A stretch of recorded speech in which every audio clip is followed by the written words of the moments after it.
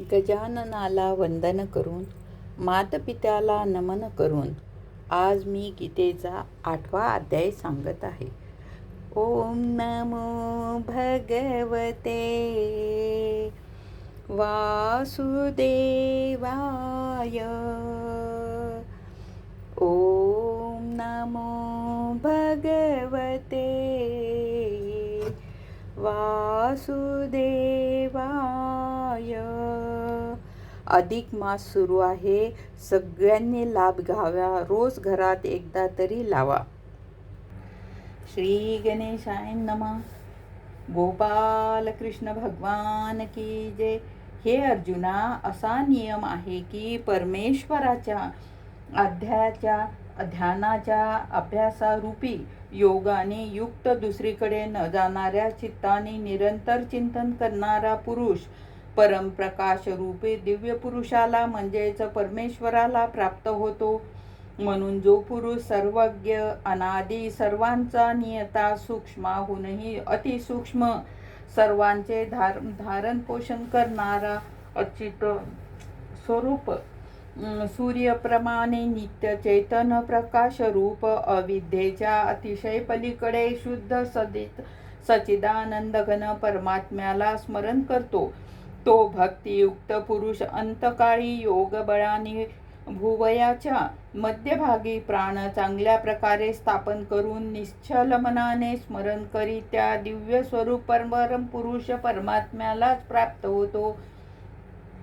हे अर्जुना, वेद जाणणारे विद्वान सच्चिदानंद घन रूप परमपदाला ओंकार नावाने सांगतात आणि आसक्तीरहित प्रयत्नशील महात्मे ज्याचे ठाई प्रवेश करतात, तसेच ज्या परमपदाला इच्छिणारे ब्रह्मचार्य आचरण करतात, ते परमपद तुला संक्षिप्तपणे सांगतो. हे अर्जुना, सर्व इंद्रियांच्या द्वारांना आवरून म्हणजेच इंद्रियांना विषयापासून हटवून, तसेच मनाला हृदयात स्थिर करून आणि आपल्या प्राणाला मस्तकात स्थापन करून योगधारणेमध्ये स्थित होऊन जो पुरुष ओम अशा या एक अक्षररूप ब्रह्माचे उच्चारण करीत आणि त्याच्या अर्थस्वरूप आणि चिंतन करीत शरीराचा त्याग करून जातो, तो पुरुष परमगतीला प्राप्त होतो.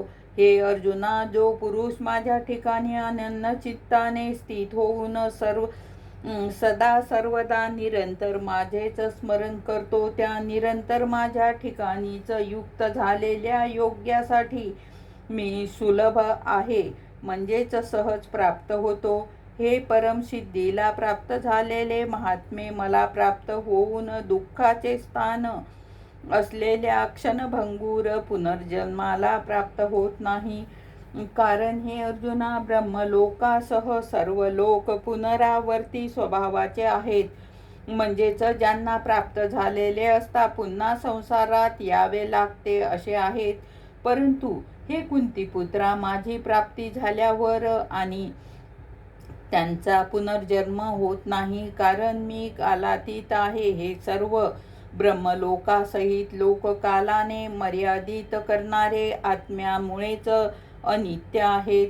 हे अर्जुना, ब्रह्मदेवाचा जो एक दिवस आहे तो 1000 चौघडी युगापर्यंत कालावधी असणारा आणि रात्रीलाही 1000 चौघडी कलियुगापर्यंत अवधी असणारी आहे, असे हे पुरुष तत्वाने जाणतात.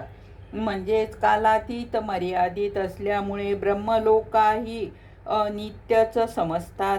हे योगी लोक कालाच्या तत्वाला जाणणारे आहे, म्हणून तेही जाणतात की दृष्ट आत्मा भूत समुदाय ब्रह्मलोकांच्या दिवसाची सुरुवात होतच अव्यक्तातून, म्हणजेच ब्रह्मदेवाच्या सूक्ष्म शरीरापासून उत्पन्न होतात. हे ब्रह्मदेवाची रात्र सुरू होताच अव्यक्त नावाचे ब्रह्मदेवाच्या सूक्ष्म शरीरातच लय पावतात. गोपाल कृष्ण भगवान की जय. हरे नमः. हरे नमः. हरे नमः.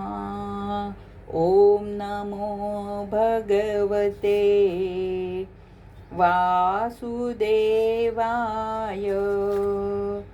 ॐ नमो भगवते वासुदेवाय.